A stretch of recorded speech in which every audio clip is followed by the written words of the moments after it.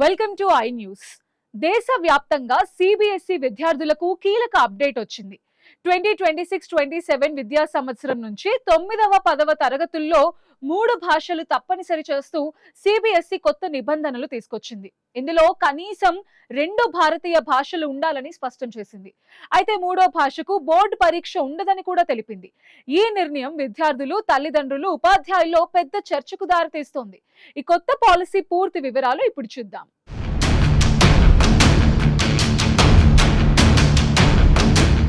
కేంద్ర మాధ్యమిక విద్యా మండలి అయిన సిబిఎస్ఈ కీలక నిర్ణయం తీసుకుంది. 2026 జూలై 1 నుంచి 9వ తరగతి విద్యార్థులకు 3 భాషల అధ్యయనం తప్పనిసరి అవుతుందని ప్రకటించింది. కొత్త నిబంధనల ప్రకారం విద్యార్థులు R1, R2, R3 పేర్లతో 3 భాషలు చదవాల్సి ఉంటుంది.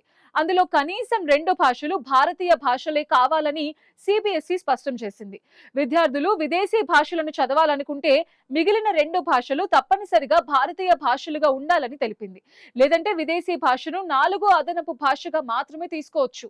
ఈ నిర్ణయం జాతీయ విద్యా విధానం ఎన్ఈపీ 2020 అలాగే నేషనల్ కరికులం ఫ్రేమ్వర్క్ 2023 ప్రకారం తీసుకున్నట్టు సిబిఎస్ఈ పేర్కొంది.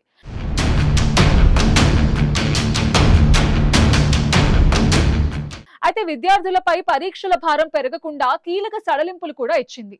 3వ భాషకు 10వ తరగతి బోర్డు పరీక్ష ఉండదని స్పష్టం చేసింది. ఆ భాషకు సంబంధించిన మూల్యాంకనం పూర్తిగా స్కూల్ స్థాయిలోనే నిర్వహిస్తారు.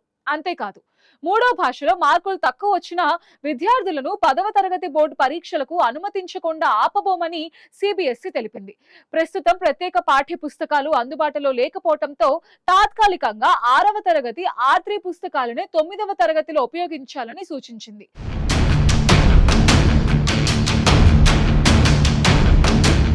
అదనంగా స్థానిక సాహిత్యాన్ని కూడా బోధనలో చేర్చాలని స్కూల్స్ కి మార్గదర్శకాలు ఇచ్చింది.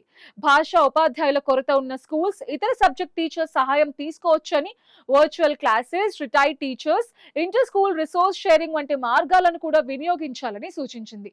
ఇక సోషల్ మీడియాలో మాత్రం ఈ నిర్ణయంపై మిశ్రమ స్పందనలు వ్యక్తమవుతున్నాయి.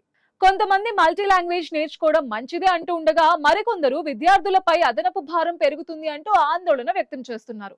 ప్రత్యేకంగా ఫ్రెంచ్, జర్మన్, స్పానిష్ వంటి విదేశీ భాషల టీచర్స్ ఉద్యోగాలపై కూడా ప్రభావం పడొచ్చని చర్చ జరుగుతోంది.